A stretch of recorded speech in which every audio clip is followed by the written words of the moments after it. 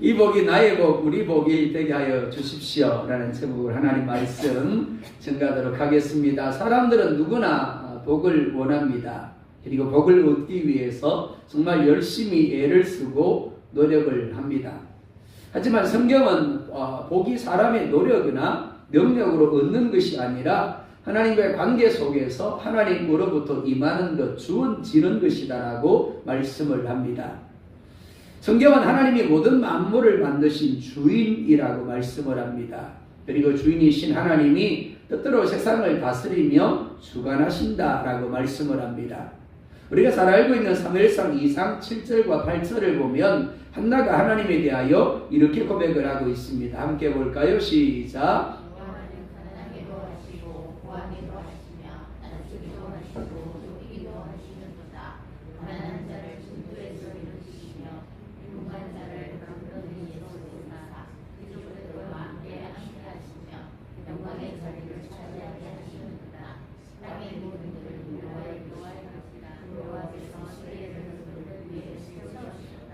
가난하게도 되고 부하게도 되며 낮아지기도 하고 높아지기도 하는도다. 가난한 자가 진토에서 일어나며 빈궁한 자가 그름더미에서 올리게도 되는도다. 기적들과 함께 앉고 영광의 자리를 차지하는도다. 누구로 말미암는다고요? 나로 말미암아. 아닙니다. 그죠?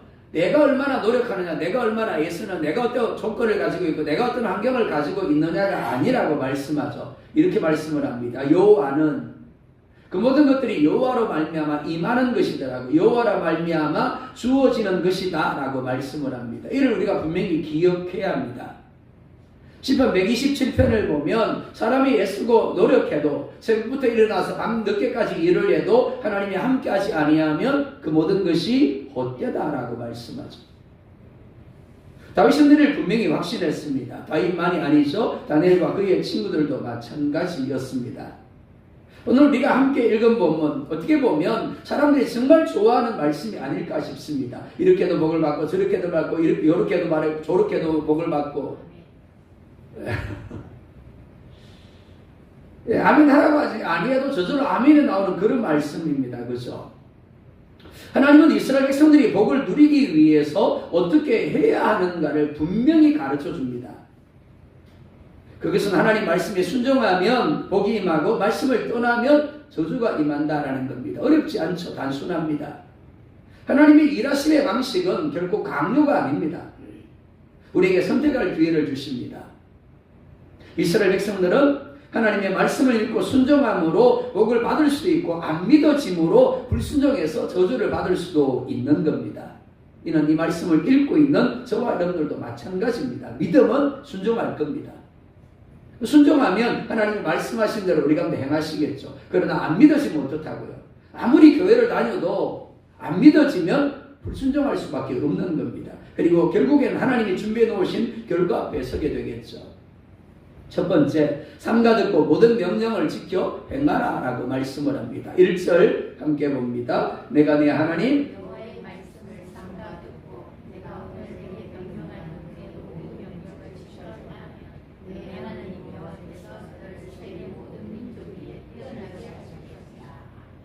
하나님이 두 가지를 말씀을 합니다. 첫째, 내 하나님 여호와의 말씀을 삼가 들으라 라고 말씀을 합니다.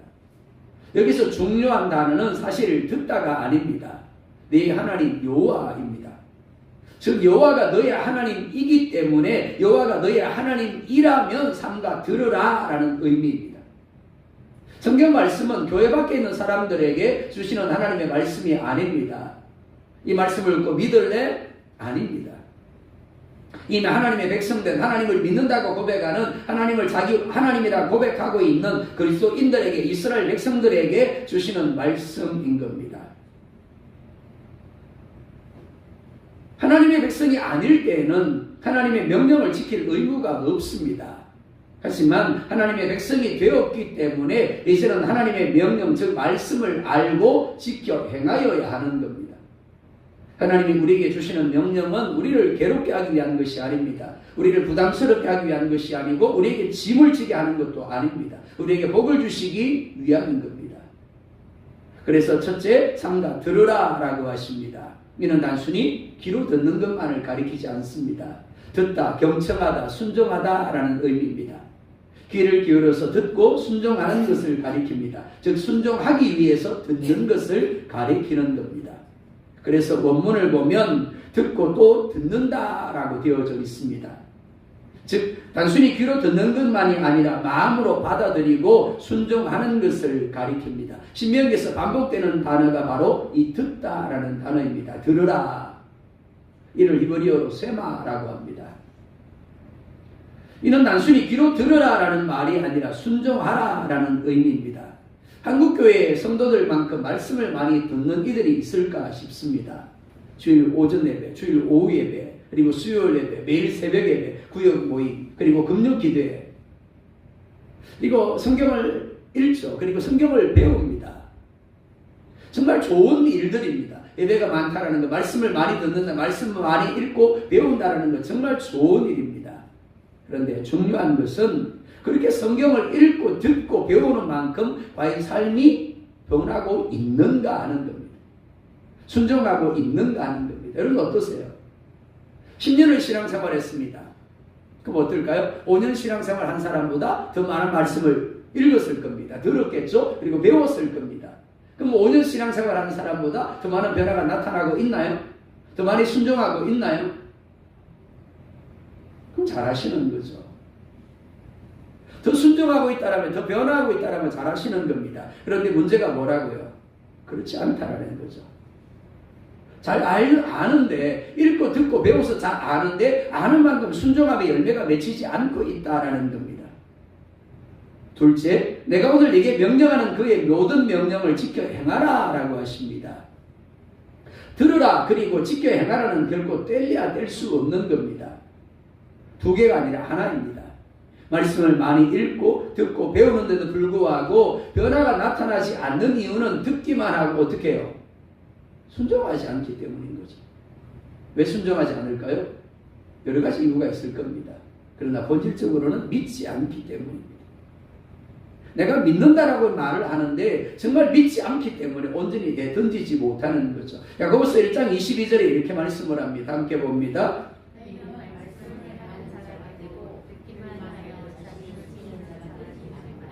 하나님이 우리에게 들으라 라고 말씀을 합니다. 근데 뭐라 말씀하세요? 듣기만 하지 마. 행하여야 된다. 그래서 자신을 속이는 자가 되지 말아야 된다. 그렇습니다. 하나님이 우리에게 원하시는 것은 말씀을 읽고 듣고 배움으로 하나님의 말씀을 알고 하나님의 뜻을 아는 겁니다. 이게 첫 번째예요. 하지만 여기서 그쳐버리면 안 되는 겁니다. 한 단계 더 나아가야 됩니다. 하나님은 궁극적으로 우리가 행하는 자가 되기를 원합니다. 즉 말씀대로 살아내는 자가 되기를 원하시는 겁니다. 그럴 때 어떻게 하겠다고요? 너를 세계 모든 민족 위에 뛰어나게 하겠다라고 하십니다. 좀 안해하세요. 이는 영적 육적인 복 두 가지 모두를 말씀하는 겁니다. 첫째는 이스라엘이 누리게 될 영적 복을 말씀합니다. 즉 이스라엘을 통하여 열방 가운데 복음이 증거되게 하시고 영적 생명의 통로가 되는 영광을 누리게 하시겠다라는 겁니다. 오늘날로 보면 교회가 그렇게 되게 하시겠다라는 거예요. 남의 교회 이야기하는 거 아닙니다. 제가 지금. 둘째는 육적인 복입니다. 이를 보여주는 것이 다윗 시대죠.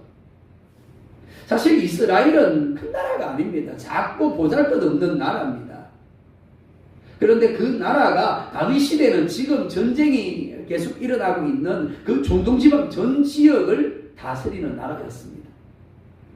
아래는 애국 강으로부터 지중해 그리고 이쪽 어디요? 유브라데 강까지.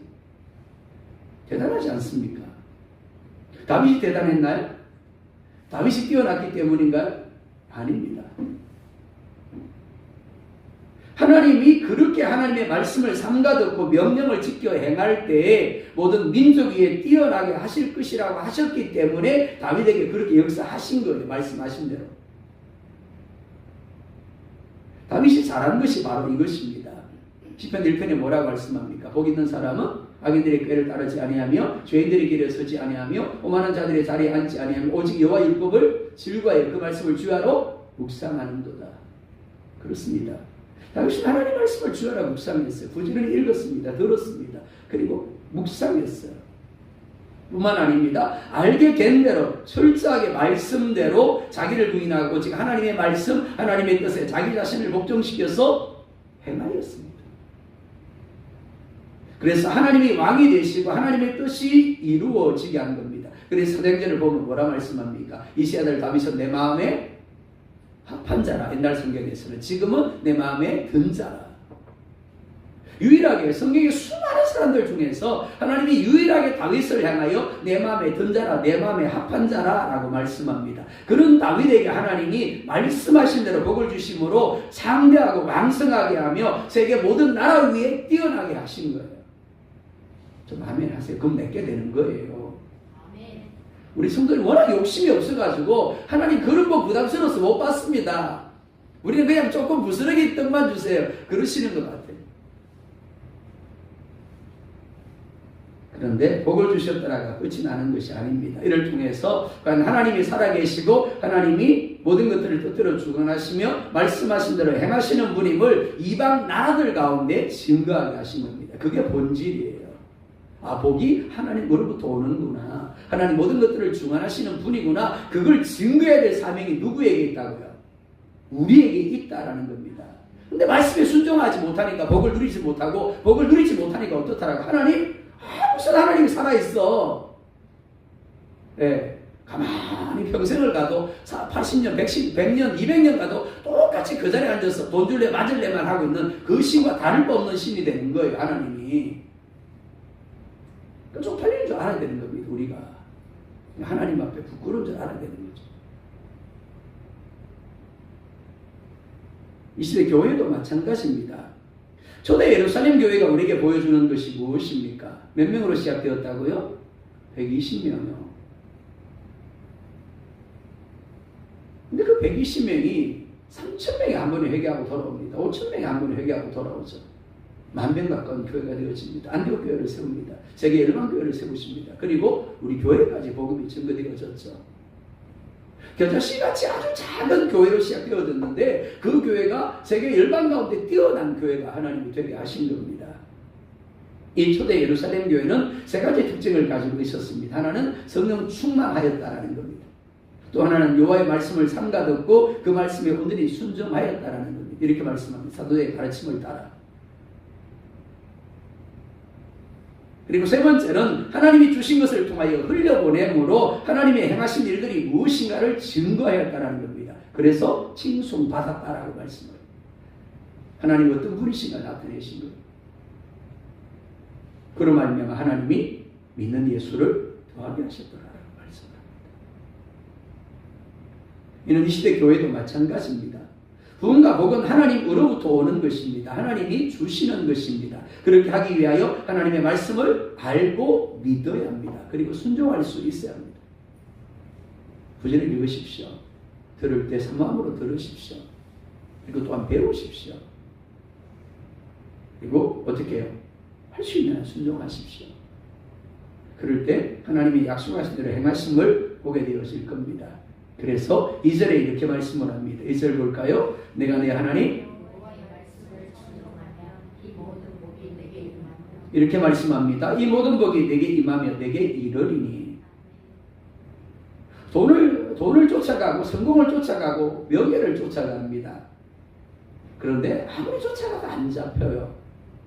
앞으로 나가니까 벌써 COE에 출마하신 분들이 명함을 돌리더라고요.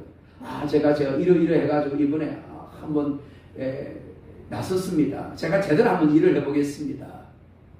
똑같은 이야기죠. 근데 늘 사람을 세우고 나서 우리는 실망하지 않습니까? 그 사람이 세워지면 우리 앞으로가 좋아질 거야. 기대를 하지만 별 변화가 안 나타납니다. 그 많은 사람들이 늘 쫓아가죠. 명예를 쫓아갑니다. 내가 시의원 되고, 내가 도의원 되고, 내가 국회의원 되고, 내가 대통령 되고. 교회 밖에 있는 사람들 얼마든지 그런 삶을 살아갑니다. 문제는 교회 안에 있는 이들도 별반 다르지 않다라는 거죠. 말씀을 버리고 믿음을 버리고 세상을 따라갑니다. 뭘 얻기 위해서요? 돈을 얻기 위해서, 성공을 얻기 위해서, 명예를 얻기 위해서. 그런데 하나님은 이렇게 말씀을 합니다. 말씀을 청종하면 복이 너를 따라올 것이다. 다윗도 시편 23편 6절에서 이렇게 고백을 합니다. 함께 봅니다. 내 평생의 선하심과 인자하심이 반드시 나를 따르리니. 다윗이 복을 쫓아간 것이 아닙니다. 다윗이 복을 받으려고 한 게 아니에요. 그죠? 단지 하나님을 믿었고 하나님의 말씀을 믿었고 그 말씀을 읽고 듣고 순종했더니 하나님이 복을 따라오게 하신 거예요. 그래서 전무후무한 복의 사람이 되어진 겁니다. 신앙의 핵심이 바로 여기에 있습니다. 우리는 복을 쫓아가는 사람이 아니라 복을 따라가는 사람이 아니라 하나님을 따라가는 사람이어야 합니다. 말씀을 따라가는 사람이어야 합니다. 그럼 어떻다고요? 말씀대로 복이 임하고 복이 이르게 되는 겁니다. 여러분 하나님의 말씀을 읽고 듣고 배우고 있습니까? 그리고 읽고 듣고 배우는 것이 순종하기 위한 것입니까? 아니면 단지 알기 위함이나 의무적인 것입니까? 여러분 복을 따라가고 있습니까? 아니면 하나님을 따라가고 있습니까? 오늘 여러분의 삶 가운데 하나님이 순종하라고 하시는 말씀은 무엇입니까? 두 번째, 일상에서 복을 받을 것이다 라고 말씀을 합니다. 하나님은 말씀을 잘 듣고 지켜 행하면 이 모든 복이 내게 임하며 내게 이를 것이다 라고 하셨습니다. 어떤 복이요? 먼저 3절에 이렇게 말씀을 합니다. 함께 봅니다. 아멘. 성읍과 들은 이스라엘 백성들이 생활하는 장소를 가리킵니다. 성읍은 사람들이 모여 사는 지역을 가리키는 거죠. 도시를 가리킵니다. 경제활동이 이루어지는 장소를 가리킵니다. 우리로 말하면 아포, 김천, 구미라고 할 수 있겠죠. 반면 들은 농사의 현장입니다. 생계를 위한 장소입니다. 우리의 사업장이 그러할 겁니다. 우리의 직장이 그러하겠죠. 우리의 농가밭이 그러합니다. 그러니까 이런 삶의 모든 영역을 가리킨다라고 할 수 있습니다. 사람들은 복을 이야기하면서 장소를 이야기합니다. 사업을 하려고 할 때마다 가장 먼저 고민하는 게 뭡니까? 몫이 좋아야 되는데. 그렇죠. 그리고 환경을 이야기합니다. 조건을 이야기합니다. 김천이기 때문에, 아포이기 때문에, 사람들이 별로 없기 때문에, 서울에 가면 잘 될 텐데, 대구 가면 잘 될 텐데 라고 생각을 합니다. 대기업에 들어가면 잘 될 텐데 라고 이야기를 합니다. 그럴까요? 아니요. 성경은 복이 장소나 환경이 아니라 하나님으로부터 임하는 것이다 라고 말씀을 합니다. 요즘 맛집들이 많지 않습니까? 정말 신기한, 유튜브를 보면 정말 신기한 맛집들이 있습니다. 산 속에 있는 겁니다. 간판도 없어요. 근데 맛집이에요. 손님이 끊이지 않아요. 어떻게 그럴 수 있을까 싶어요. 그러니까 그런 맛집들을 보면 어떻습니까? 아, 성공한다는 게 장소와는 별 격이 없구나. 그렇습니다. 하나님은 우리가 어디에 있든지 복을 받을 것이다 라고 하십니다. 아멘 하십시다. 창세기 39장에 보면 여호와께서 요셉과 함께 하심으로 그가 형통한 사람이 되어 라고 말씀을 합니다. 요셉의 신분이 지금 뭔데요? 노예예요. 지금 어디 있는데요? 어디 말의 집이에요? 어디 있는데요? 감옥이에요. 그런데도 성경은 하나님이 그와 함께 하심으로 그가 형통한 사람이 되었고 그가 하는 일이 형통하게 되어졌고 그가 머무는 장소가 형통한 장소가 되었더라 라고 말씀합니다. 아멘 하면 맺게 되는 거예요. 내가 형통한 사람, 내가 복의 사람이 되면 내가 머무는 장소가 형통의 장소가 되고 복의 장소가 되는 겁니다. 즉 장소가 중요한 것이 아니라 내가 복의 사람이 되고 형통한 사람이 되는 것이 중요한 거예요. 어떤 집에는 어떤 사람이 들어오고 나면 그 다음부터 손님이 안 와요. 어떤 집에는 손님이 안 왔는데 그 사람이 들어오고 나서는 손님이 확 몰려와요. 어디에 아멘 해야 될까요, 여러분 지금?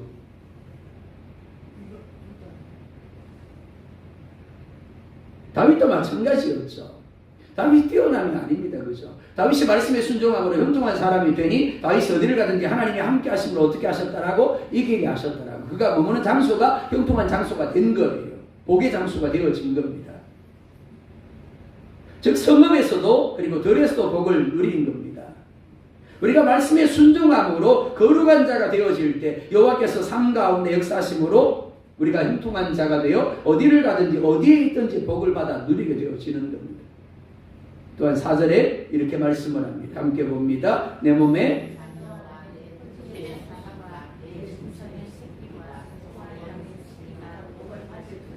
아멘. 4절은 소산의 복에 대한 말씀입니다. 가정의 소산인 자녀와 토지의 소산과 짐승의 소산이 복을 받게 된다라는 겁니다. 무엇이든 저절로는 없습니다. 우연히 어쩌다 보니까도 없습니다. 하나님이 복을 주셔야 하는 겁니다. 그래야 가정을 이루고 자녀를 출산하게 되고 자녀가 잘 자라게 되고 그 삶이 형통할 수가 있는 겁니다. 뿐만 아닙니다. 농사가 잘 되고 직장에서 형통하고 사업이 잘 될 수 있는 겁니다. 그렇지 아니하면 애쓰고 노력하지만 얻는 것이 없고 주어지는 것이 없는 거예요. 5절로 봅니다. 시작. 아멘. 강주리는 추수한 곡식이나 열매를 담는 용기입니다. 그것은 주식의 빵을 만들기 위해서 곡물가루를 반죽해서 드는 용기입니다. 그러니까 이 용기가 복을 받는다는 것은 하나님이 때를 따라 먹을 것을 주시고 부족함이 없이 음식물을 넉넉히 제공하시겠다라는 뜻입니다. 이스라엘이 광야에 있을 때 그들은 농사를 할 수가 없었죠. 양식이 똑 떨어졌습니다. 물이 똑 떨어졌어요. 그럼 죽었나요? 목말라 죽었나요? 아니요. 아침에는 만나를, 저녁에는 질리도록 메추라기를 몰고 오셔서 고기를 먹게 하셨죠. 목이 마를 때는 반석에서 생수를 내려서 줄이지 않게 하셨습니다. 뿐만 아니죠. 길쌈을 할 수 없었는데 의복이 헤어지지 않게 하셨습니다. 쌀이 떨어지지 않게 하시고 냉장고가 비지 않게 하셨습니다. 그래서 마태복음 6장 31절에서 33절에 이렇게 말씀을 합니다. 함께 봅니다. 그러므로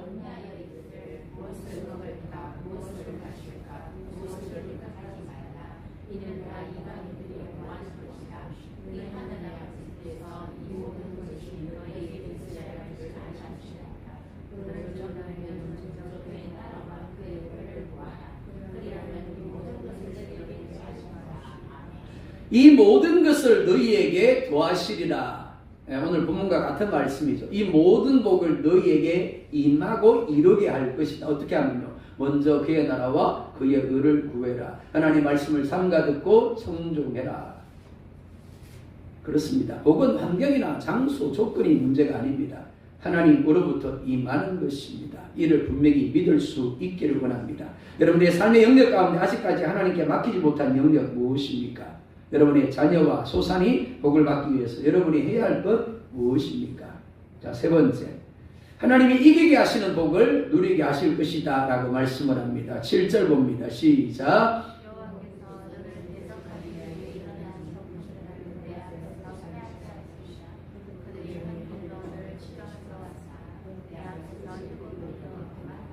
아멘. 너를 대적하기 위하여 일어난 적군들을 네 앞에서 패하게 할 것이다 라고 말씀을 합니다. 10명의 정탐꾼이 우리는 메뚜기라고 우리가 생각하기에도 그들이 보기에도 메뚜기다. 그러니까 우리는 어떻게 해요? 가나안 땅을 차지할 수 없다라고 했죠. 맞습니다. 틀린 말이 아니에요. 객관적으로 이스라엘이 가나안에 있는 아낙 조선과 싸워서 이길 가능성 몇 %일까요? 0입니다. 하나도 없어요. 근데 이기죠. 어떻게 해요? 하나님이 이스라엘을 위하여 싸우셨기 때문입니다. 이는 다윗과 마찬가지입니다. 다윗이 가는 곳마다 이겼어요. 그래서 만만이요 라는 이야기를 들었죠. 어떻게 해요? 하나님이 그와 함께 하시며 싸우셨기 때문입니다. 우리의 삶에도 크고 작은 싸움들이 있습니다.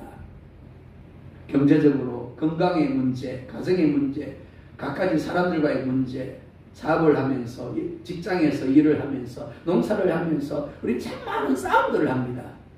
근데 하나님 뭐라 말씀하시냐면 내가 싸울게 라고 하시는 겁니다.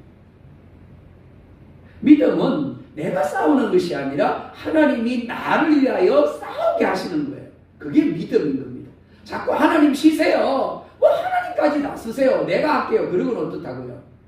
그러고는 패하는 거죠. 그러면 혼자 염려하고 혼자 두려워하고 혼자 불안해하고 단식하고 왜 하나님 나한테만 자꾸 못 살게 구냐고 왜 자꾸 나한테만 고난 주냐고 그러는 거죠. 하나님이 싸우게 하셔야 되는데 하나님은 자꾸 뒷전에 물러나고 자기가 자꾸 싸우려고 하는 겁니다. 다윗이 이길 수 있었던 것 하나님이 싸우셨기 때문입니다. 거기에 승리의 비결이 있는 거죠. 그게 교회 밖에 있는 사람과 우리의 다름인 겁니다. 우리가 싸우면 교회 밖에 있는 사람과 똑같은 거예요. 우리가 쉬지 않고 기도해야 될 이유가 여기 있는 겁니다. 하나님 싸워주십시오. 우리 거리에서 싸워주세요. 우리 밭에서 싸워주세요. 우리 가정에서, 우리 사업장에서, 우리 일터에서 싸워주세요. 하나님 대신 싸울 때 어떻다고요? 나는 10도 안 되는데 하나님 어떻다고요? 100,000,000으로 싸우시는 거예요. 그러니까 복이 임하게 되는 거죠. 8절도 봅니다. 시작. 여호와께서 명령하사 내 창고와 내 손으로 하는 모든 일에 복을 지으시고 내 하나님 여호와께서 우리에게 주신 땅에서 우리에게 복을 주시옵소서. 아멘. 첫째, 여호와께서 명령하심으로 내 창고와 내 손으로 하는 모든 일에 복을 내리신다라고 말씀을 합니다. 둘째, 내 하나님 여호와께서 내게 주시는 땅에서 내게 복을 주실 것이다 라고 말씀합니다. 같은 땅에 사는 이스라엘입니다. 어떤 때는 복을 누리기를 원하고 어떤 때는 복을 누리기를 원하지 않았을까요? 아니요. 똑같이 복을 누리기를 원했습니다. 그리고 복을 누리기 위하여 그들은 애썼어요. 근데 어떤 때는 복을 누리고 어떤 때는 복을 누리지 못했어요. 그 이유가 뭐라고요? 하나님 말씀을 듣고 그 말씀 가운데 순종했느냐, 그렇지 않느냐인 겁니다.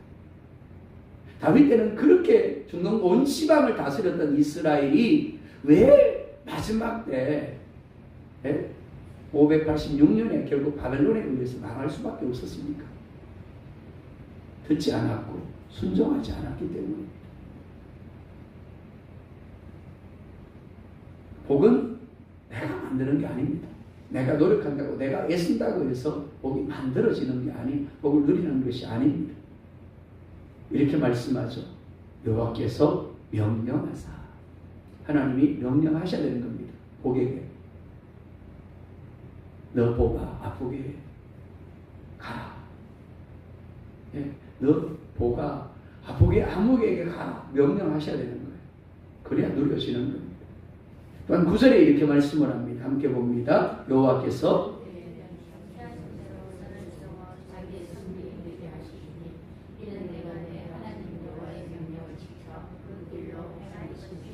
이것이 복의 본질입니다. 가장 최고의 복입니다. 바로 하나님의 백성이 되는 겁니다. 여호와가 나의 하나님이 되고 내가 하나님의 백성이 되는 것이 가장 큰 복입니다.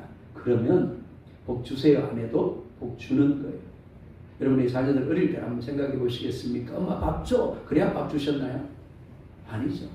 밥 달라 안 그래도 내 자식이기 때문에 밥 차려주는 겁니다. 새우 줄 때 되면 나는 못 입어도 새우 사와가지고 자녀들에게 입히는 거죠. 그래서 마찬가지예요. 우리가 새벽에 살펴보는 것처럼 하나님이 그 아들을 아끼지 아니하고 우리를 위하여 내어주셨기 때문에 모든 것을 어떻게 해요? 주시지 않겠느냐라고 하셨습니다. 10절에서 12절 이렇게 말씀을 합니다. 함께 볼까요? 땅의 모든 백성이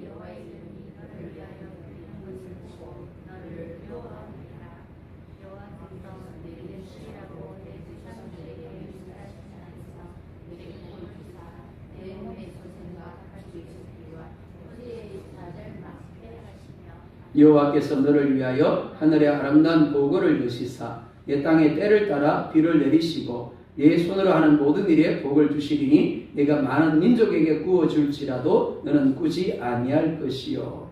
첫째, 여호와의 이름이 너를 위하여 불릴 것이다. 아브라함이 그랬죠. 아브라함을 대적했던 블레셋 사람들이 뭐라 그럽니까? 하나님이 당신과 함께하는 것을 우리가 보았습니다. 이삭도 마찬가지였습니다. 떠나가라 쫓아냈던 사람들 아닙니까? 근데 스스로 찾아와서 뭐라 그럽니까? 하나님이 당신과 함께하는 것을 보았습니다. 둘째, 내 몸의 소생과 가축의 새끼와 토지의 소산을 많게 하실 것이다 라고 말씀합니다. 셋째, 하늘의 아름다운 보고를 여시사 때를 따라 도우시며 손으로 하는 모든 일에 복을 줄 것이다 라고 하십니다. 넷째, 많은 민족에게 구워주고 흘려 보낼 것이다 라고 하십니다. 누구에게 이렇게 하겠다고요? 두 가지 말씀합니다. 첫째, 하나님 여호와의 명령을 듣고 지켜 행하는 자입니다. 둘째, 다른 신을 따라 섬기지 아니하고 하나님만 섬기는 이들입니다. 여러분은 하나님의 때를 신뢰하고 있습니까? 여러분의 삶의 기준은 세상입니까? 아니면 말씀입니까? 여러분 때문에 하나님이 가정, 이웃, 친척, 교회 때를 따라 비를 내리시고 복을 주시고 있습니까? 기도하겠습니다.